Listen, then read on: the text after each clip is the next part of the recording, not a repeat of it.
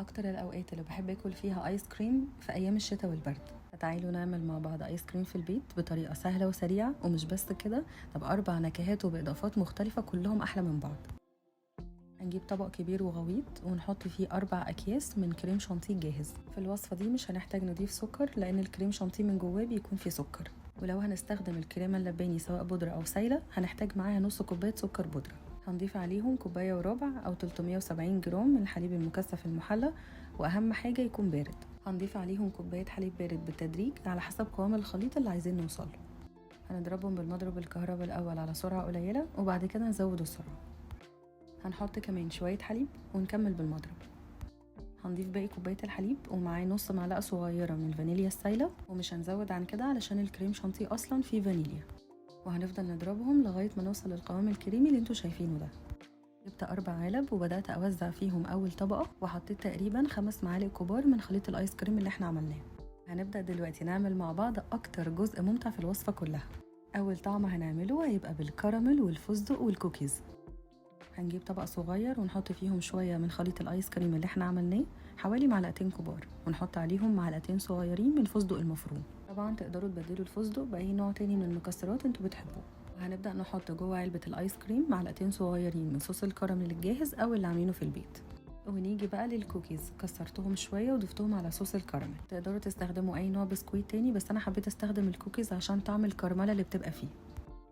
الطريقه اللي بقلب بيها كل المكونات دلوقتي دي هتخلي شكل بولة الايس كريم في الاخر تحفه.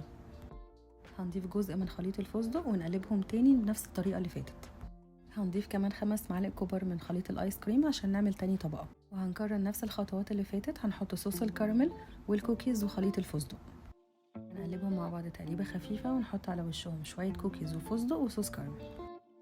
هنغطي العلبه ونحطها لتاني يوم في الفريزر. تاني طعم هنعمله هيبقى بالتوت والمانجا. في طبق صغير هنحط شويه من خليط الايس كريم اللي احنا عملناه، حوالي 2 معلقة كبار، وهنحط معاه نقطتين من اللون الازرق من الوان الاكل الطبيعيه. كل ما بقلبه كل ما اللون بيبقى غامق اكتر. هنجيب ربع كوبايه صغيره من عصير المانجا الفريش من غير اضافه ميه او سكر، وهنبدا نحط تقريبا 2 معلقة صغيرين ومعلقتين صغيرين من الخليط الازرق اللي احنا عملناه مع توت ازرق فريش. ولو مش متوفر التوت ممكن تعملوا الميكس ده بين المانجا والفراوله او المانجا والاناناس. نقلبهم مع بعض بنفس الطريقه اللي فاتت. هنبدأ نحط الطبقة التانية وهما تقريبا 5 معالق من خليط الايس كريم، وهنكرر تاني نفس الخطوات اللي فاتت. هنغطي العلبة ونحطها في الفريزر لتاني يوم. تالت طعم هنعمله هيبقى بالقهوة والشوكولاتة والبراونيز، ده الطعم المفضل بالنسبة لي. في طبق هنحط 2 معلقة صغيرين من قهوة سريعة الذوبان، هندوبهم في 2 معلقة صغيرين من الماء المغلية، وهنضيفهم على 2 معلقة كبار من خليط الايس كريم. الويسك او المضرب الصغير اللي انا بقلب بيه ده طلع عملي جدا. هنضيف 2 معلقة صغيرين من خليط القهوة، عليهم 1 معلقة صغيرة من الشوكولاتة السايحة، وطبعا هنقلبهم بنفس الطريقة. هنا استخدمت براونيز، انتوا مثلا لو عندكم بواقي كيك بالشوكولاتة ممكن تعملوا له اعادة استخدام في الوصفة دي، هتبقى فكرة حلوة قوي. نضيف الطبقة التانية وهتبقى 5 معالق كبار من خليط الايس كريم، وهنضيف نفس الاضافات اللي فاتت، خليط القهوة مع الشوكولاتة السايحة والبراونيز. هنغطي العلبة ونحطها في الفريزر لتاني يوم. رابع طعم هنعمله هيبقى بالشوكولاتة والمكسرات. في طبق صغير هنحط 2 معلقة كبار من خليط الايس كريم، عليهم 1 معلقة صغيرة من كاكاو الخام من غير سكر. هنبدأ نضيف 2 معلقة صغيرين من خليط الكاكاو، عليها 1 معلقة صغيرة من الشوكولاتة السايحة، وهنقلبهم برضو بنفس الطريقة. علشان طعم الشوكولاتة يبان اكتر حطيت قطع صغيرة من الشوكولاتة الغامقة. الميكس ده ينفع معاه اي نوع مكسرات، انا هنا استخدمت عين جمل. بعد كده هنعمل الطبقة التانية 5 معالق كبار من خليط الايس كريم مع نفس الاضافات اللي فاتت، خليط الكاكاو، الشوكولاتة السايحة، قطع الشوكولاتة وعين الجمل. هنغطي العلبة ونحطها في الفريزر لتاني يوم. وبعد ما سيبناهم يوم كامل في الفريزر متحمسة جدا جدا عشان اوريلكوا شكل بولة الايس كريم من جوه عاملة ازاي. هنبدأ بايس كريم الكراميل والفستق والكوكيز، كريمي وكرانشي في نفس الوقت علشان اضافة الفستق والكوكيز، بجد طلع طعمه خطير.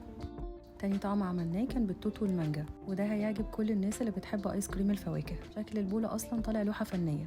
تالت طعم عملناه كان بالقهوة والشوكولاتة والبراونيز، ممكن اقدمه مع وافل او بانكيكس او اعمل بيه مشروب القهوة الايطالي او افوكاتو.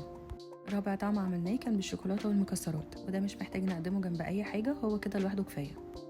وبكده نكون خلصنا الوصفة بتاعتنا. لو عندكم اي افكار لاضافات مختلفة عن اللي انا قدمتها في الوصفة ياريت تكتبوها لي، ولو عجبتكم الوصفة ما تنسوش تعملوا لها لايك وشير.